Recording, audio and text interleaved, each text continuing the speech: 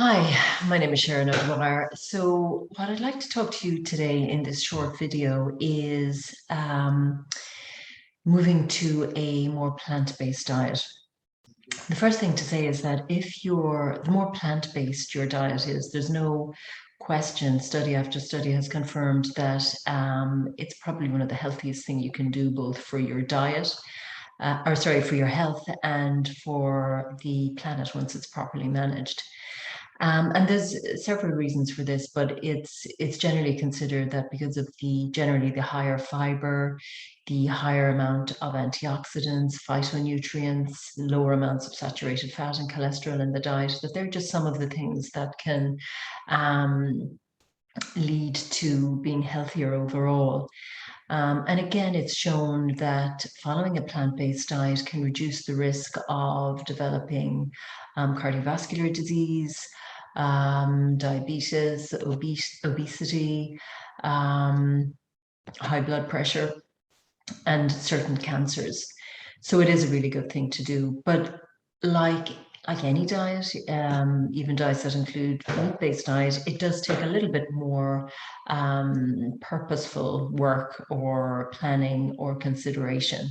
But again, it's not something to, if you're thinking about it and you're put off by, is it going to be like a huge change? It will involve a change, but it's almost like if you're trying to follow a healthier regular diet, meat eating diet even, it does take a bit more energy and thinking about it. So it's not really that different. It's just that you're making different choices.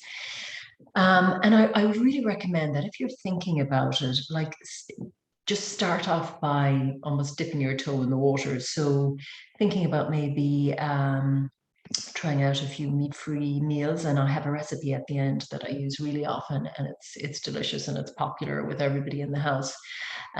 Or even choosing, maybe start experimenting with dairy-free milks.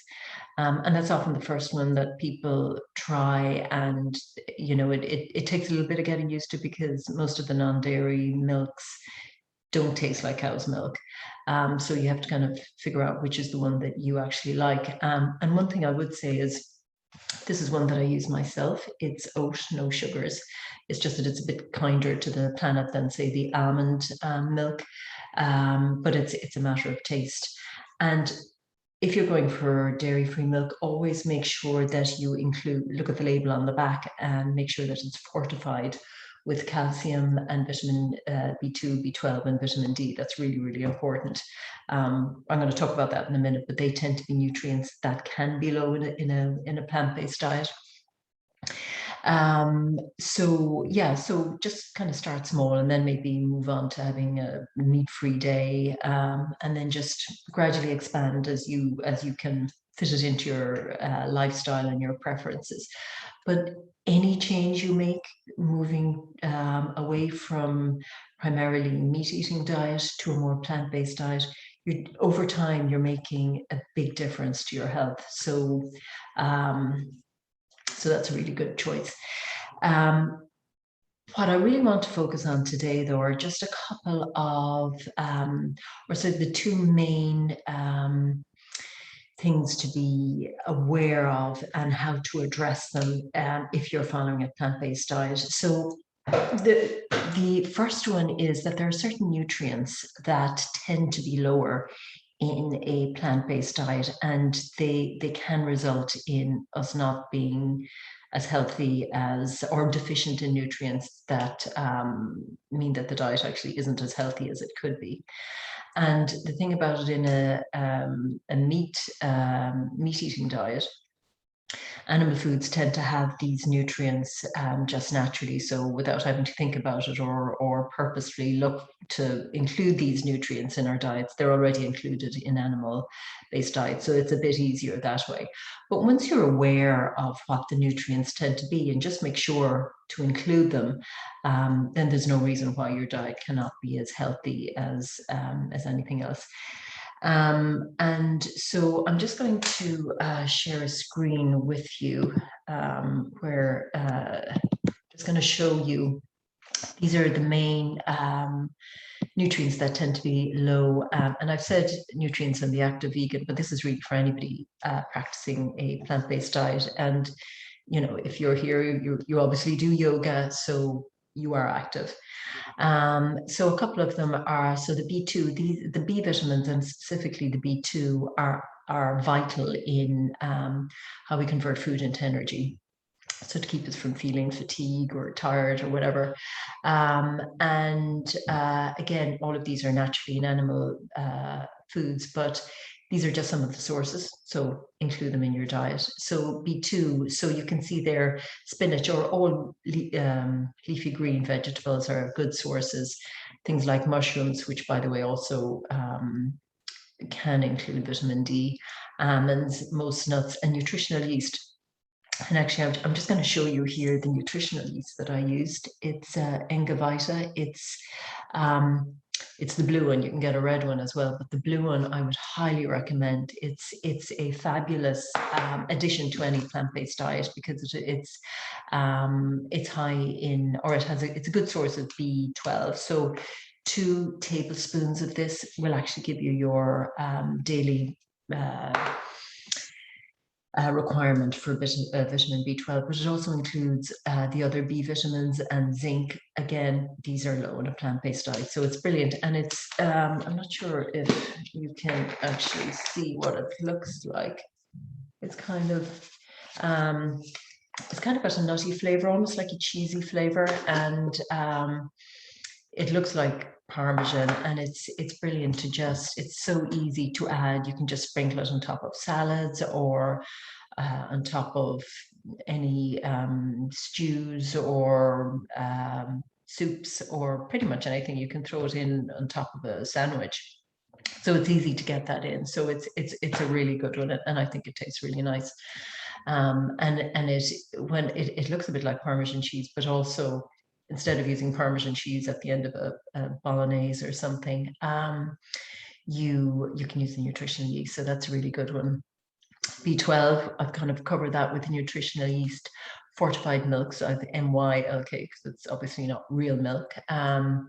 Fortified cereals. Just start to look at labels, though, not everything. And in fact, a lot of organic dairy-free milks or cereals, they're not fortified, so they may be lacking in these. So in this instance, just look at the label and make sure that they are fortified with B12. And if they're fortified with B12, they tend to be fortified with the other nutrients like B2, maybe vitamin D in that as well. If you're not doing any of that, then supplement. It's very easy and cost effective to just supplement with B12. Vitamin D, I mean, in Ireland, we are actually all low in vitamin D unless we supplement and unless we're out in the sun during the summer. During the winter, the sun's rays tend to be at an angle that we don't, it's not very efficient at converting into the active form of B12. So, across the board, I tend to supplement, both whether people are plant-based or not. So sunshine is the best thing. Again, fortified cereals and fortified milks. Calcium is a really important one. Well, they're all important, but especially for anybody really. I was going to say for young, for our youth, or for women with regard to bone health and teeth health, but it's important for everybody. Really good sources are spinach, all leafy greens, kale, watercress, tiny little plant, but an absolute nutrient powerhouse of lots of vitamins and minerals, like all fresh herbs, I would say. Almonds are really good. Sesame seeds, either whole or tahini. Tahini is a lovely spread you can use it instead of butter. Really delicious and really rich in lots of plant nutrients, but specifically calcium. So it's a really good one. And calcium set tofu. Not all tofu is calcium set. Some of it is magnesium set. So just again, check the label. Iron, you know, a lot of girls especially tend to be low in iron, whether they're plant-based or not. But again, good sources are kale, leafy greens, not actually spinach, peas, beans, chia and flax seeds, brilliant, sesame, legume. Really important to increase the absorption of iron from plant-based foods is to have it with a source of vitamin C. This is usually very easy because a lot of vegetables would actually have vitamin C in them anyway, but just, you know, bear that in mind. And one thing that does inhibit the absorption of iron is if we're having a source of calcium with it. So, you know, in a regular diet, I would be saying don't drink milk with your main meal, but even calcium in fortified milks, just have it separately. Omega-3s are another one, absolutely essential for health, specifically for cognitive brain function, and also anti-inflammatory, which is really important.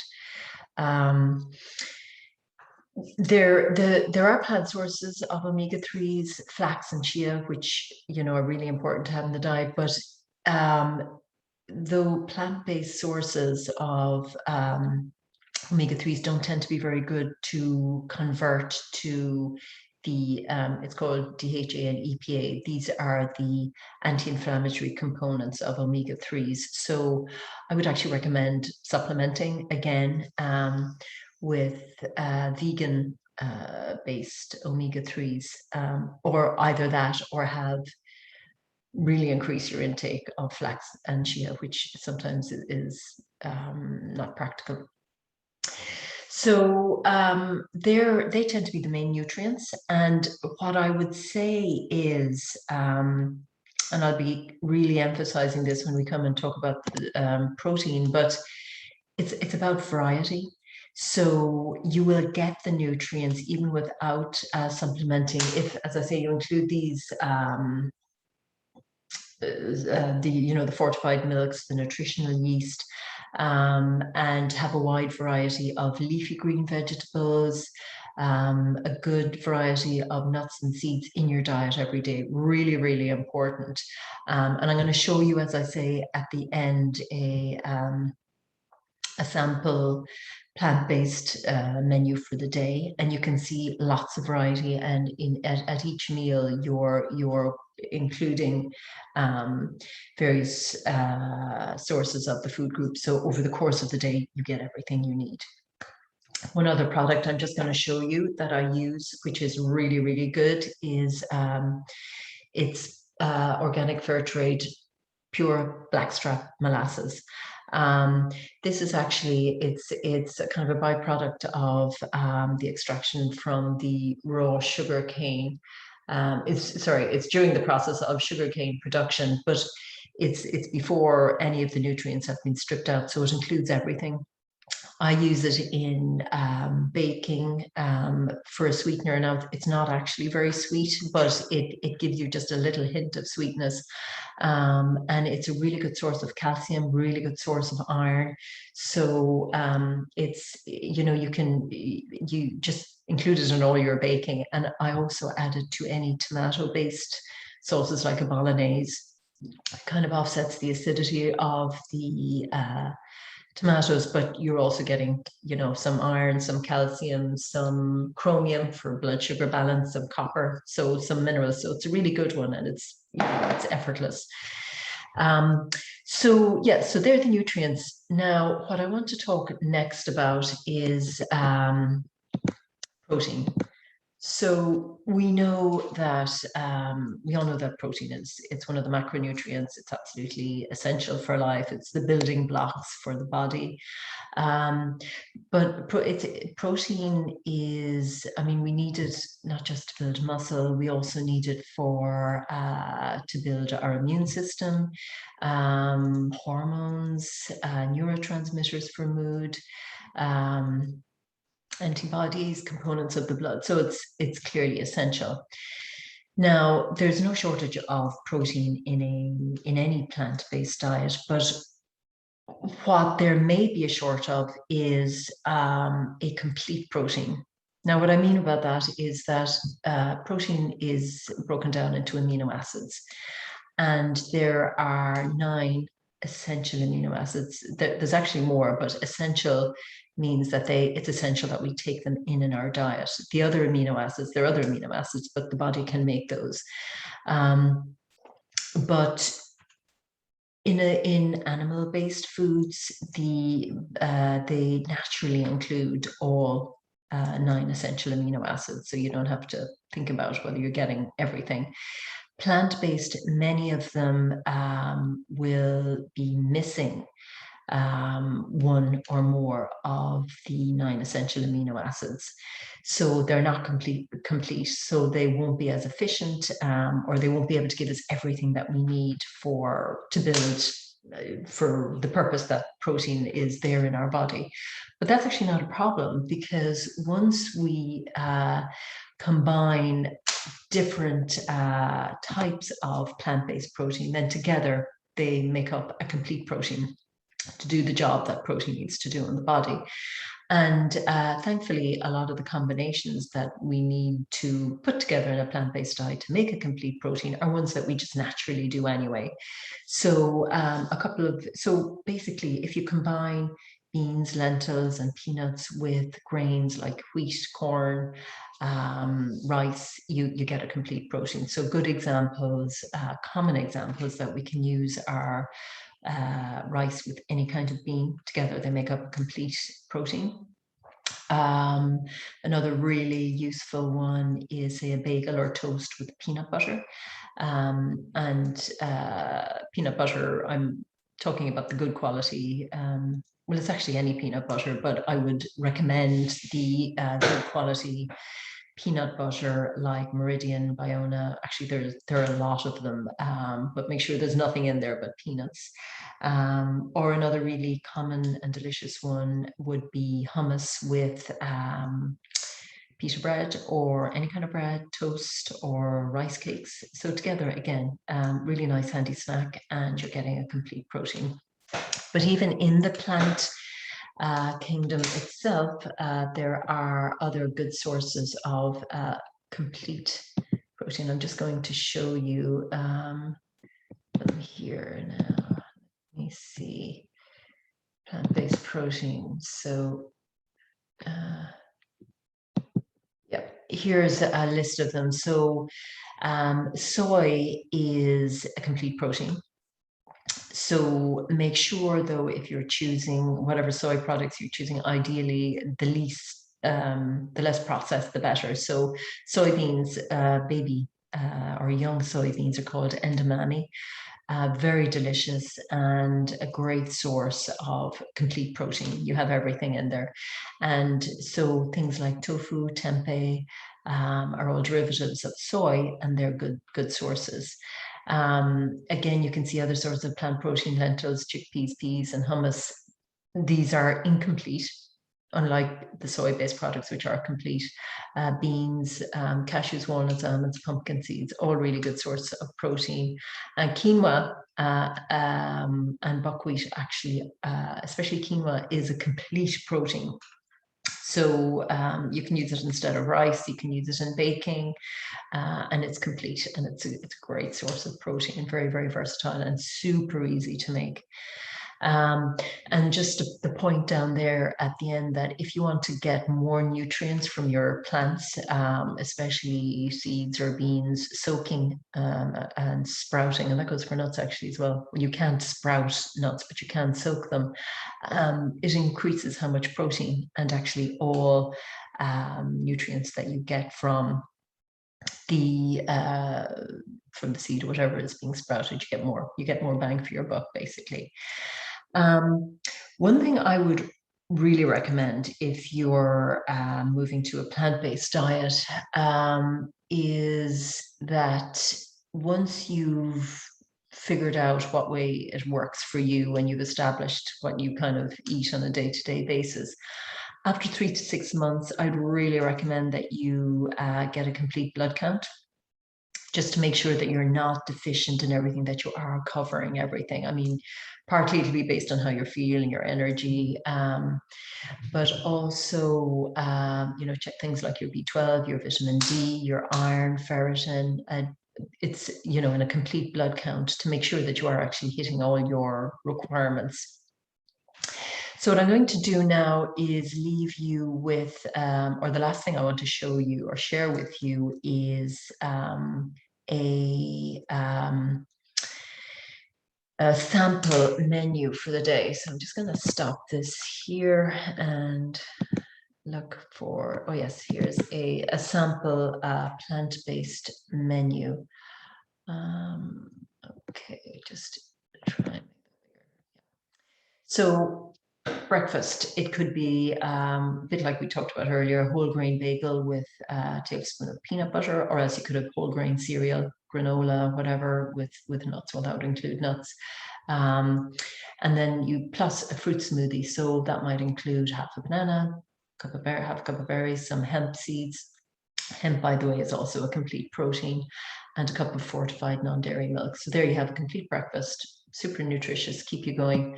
Lunch then might be something like a sandwich with vegan turkey. You can get all of these things in the supermarket: whole grain bread, tomato, lettuce, any extra plants. Spinach would be brilliant in there as well. Some vegan mayo, or you could have a taco if you wanted something hot, with tortilla and black beans, tomato, lettuce, avocado, and salsa. And again, half a cup of the non-dairy milk.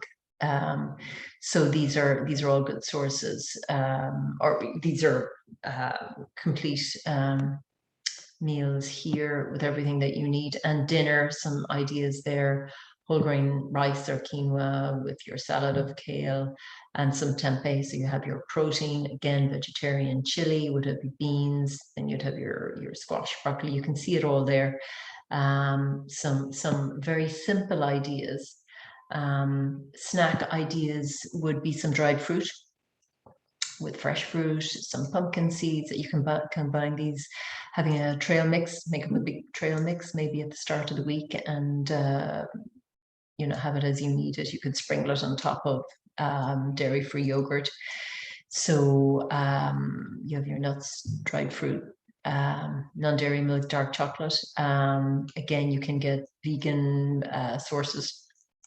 Hummus and crackers, or a portion of red grapes, which is about 85 grams. And I just have, what do we mean by a cup there? So there's a sample menu for the day. So you can see it's like, once you have done a bit of specific shopping for nutrients, or for products that suit your lifestyle, suit your taste, it can be actually quite easy to put together a complete meal or menu plan for the day, for the week, for however long. And I mentioned at the beginning, which I'm going to find now, is a recipe for, it's something that actually I cook really often, and it's extremely popular, and I'm just going to go and look for it now. So just bear with me here while I, let's see, oh yes, nutty noodles. This is it. Oh yeah, so this is actually from Dale Pinnock. He's called a medicinal chef, and he's not plant-based specifically, but he does a lot of plant-based, and this is one of them. So nutty noodles. So, it's noodles with, your onion, your garlic, your mushrooms, shiitake, or you can use any mushrooms, basically, your crunchy peanut butter, or it could be smooth soy sauce, a little bit of honey or molasses. I will always add molasses as well. And your tofu or your tempeh. Bayona is a really good brand. You get it in Super Value or your any health shop. And it's very easy. It takes, you can read it. I'm just going to leave it there if you want to take a screenshot of it. And actually, what I'll do, if any of you are interested in this recipe, just contact me in the comments below and I'll send it to you. So that is it. I hope you found this useful. Just a couple of tips on if you're moving to a plant-based diet, but it's a great decision it's a great thing to do. So go for it. And if you have any questions, by all means, just get in touch. Okay, bye.